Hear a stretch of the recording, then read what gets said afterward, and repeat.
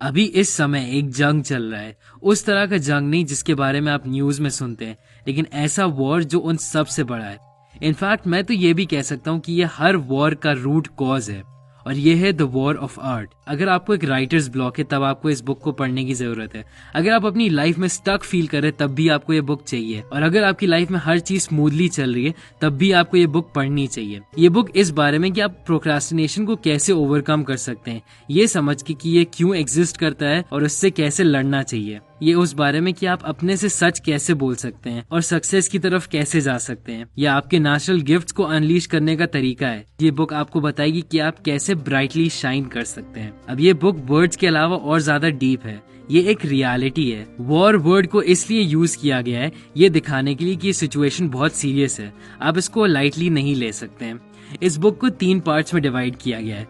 Part 1 enemy को define करता है, वो चीज जिससे हमको लड़ना है। पार्ट 2 हम लोगों को बताता है कि हम लोग कैसे लड़ सकते हैं, और पार्ट 3 उस बारे में बात करता है जो एक हायर इंटेलिजेंस है जो हम लोगों की हेल्प कर रही है। चलिए शुरू करते हैं the war of art by Steven Pressfield. Part 1 है डिफाइनिंग द एनिमी। एनिमी का नाम है रेजिस्टेंस। रेजिस्टेंस वो है जो आ जाता है जब आपको अपना होमवर्क फिनिश करना हो लेकिन आप नहीं कर सकते हैं। रेजिस्टेंस वही है जिसकी वजह से आप बहुत ज्यादा शराब पी सकते हैं। ये बहुत ज्यादा इम्पर्सनल है और बहुत ही ज्यादा डेंजरस है।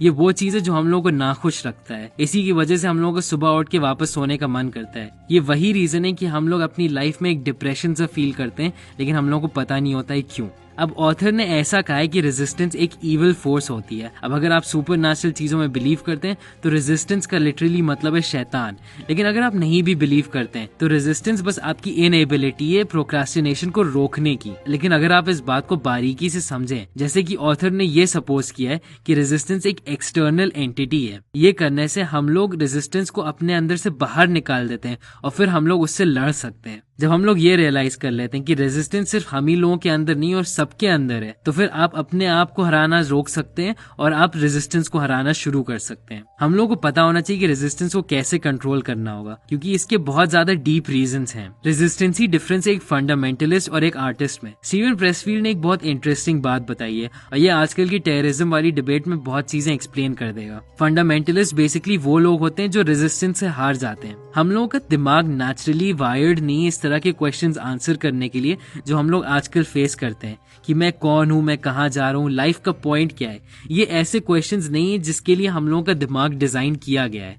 तो अगर कोई रेजिस्टेंस से हार जाता है तो फिर हम लोग कोई भी ऐसी आइडियोलॉजी एक्सेप्ट कर लेंगे जो बताएगी कि उसके पास ये क्वेश्चंस का आंसर है, क्योंकि हम लोग इन क्वेश्चंस का आंसर खुद नहीं कर पाएंगे। तो फंडामेंटलिस्ट बेसिकली एक नेगेटिव शैडो है उसी आर्टिस्ट की। आर्टिस्ट ओवरकम कर लेता है रेजिस्टेंस को और वो आर्ट बना के ह्यूमैनिटी को आगे ले जाता है। उसी तरीके से फंडामेंटलिस्ट रेजिस्टेंस से हार जाता है और वो चाहता है कि ह्यूमैनिटी और पीछे चले जाए, और उसका नेगेटिव आउटलुक होता है लाइफ में और वो बहुत वायलेंट होता है, और इसी से टेररिज्म आ जाता है। जो असली में आजाद इंसान होता है वो उसी एक्सटेंट तक आजाद है जितना उसको अपने ऊपर सेल्फ कंट्रोल होगा। जो अपने आप को कंट्रोल नहीं कर पाते उनको दूसरे लोग कंट्रोल करते हैं। इसीलिए रेजिस्टेंस को ओवरकम करना बहुत इंपॉर्टेंट है। अब दूसरा पार्ट है ओवरकमिंग रेजिस्टेंस। हम लोग रेजिस्टेंस के आगे कैसे बढ़ सकते हैं?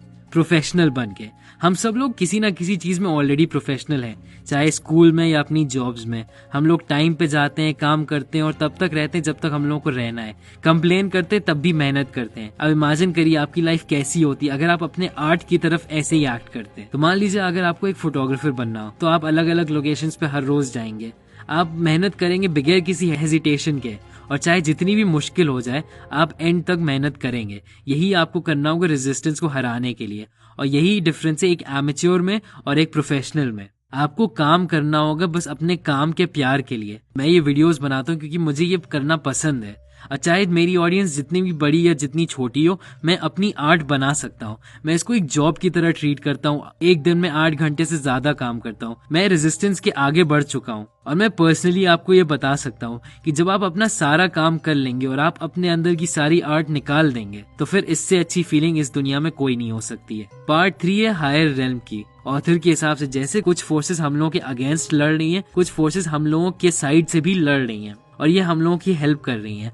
ऑथर इन फोर्सेस को एंजल्स बोलना चाहते हैं, लेकिन आप जो भी चाहे इनको नाम दे सकते हैं। ये उन अच्छे थॉट्स की तरह है जो एकदम से आपको कभी भी आ जाते हैं। ये उन छोटी छोटी चीजों के बारे में जो बहुत बड़े बड़े डिफरेंस क्रिएट कर देते हैं। एक बहुत मैजिकल चीज होती है क्रिएशन के बारे में। आपके अंदर बहुत सारी अनटैप्ड एनर्जी है और ये तब निकलती है जब आप कोई बहुत क्रिएटिव काम कर रहे होते हैं। सारे आर्टिस्ट ने ये एक्सपीरियंस किया होता है। ऐसा लगता है कि जैसे वो आर्टिस्ट इंसान ही नहीं रहा और उसके अंदर ऊपर से एनर्जी आ गई एकदम से।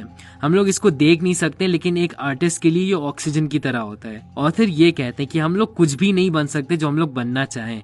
हम लोग के अंदर कुछ सर्टेन कैरेक्टरिस्टिक्स बचपन से होती हैं और हम लोग का लाइफ में पर्पस ये कि हम लोग उन कैरेक्टरिस्टिक्स को यूज करके अपनी आर्ट बनाएं। और अगर हम लोग ये नहीं करेंगे तो हम लोग सिर्फ अपना ही नहीं, लेकिन इस पूरी दुनिया का बहुत नुकसान कर रहे हैं। आपकी आर्ट एक लाइफ सेविंग ड्रग हो सकती है, एक वायरल वीडियो हो सकता है, या फेसबुक जैसी बहुत बड़ी वेबसाइट हो सकती है। आपकी जॉब इस लाइफ में रेजिस्टेंस को हराना है, एक प्रोफेशनल बनना है और ट्रस्ट करना है उन एंजल्स में जो आपको ऊंचाइयों तक ले जाएंगे। और अगर आप ये नहीं कर पाएंगे तब भी आप एक बहुत अच्छी जिंदगी जी लेंगे। इस वीडियो के लिए बस इतना ही। और अगर आपने इस वीडियो से कुछ नया सीखा तो प्लीज उस लाइक बटन को क्लिक करिए और सब्सक्राइब करिए ऐसे ही वीडियोस और देखने के लिए। Thanks for watching.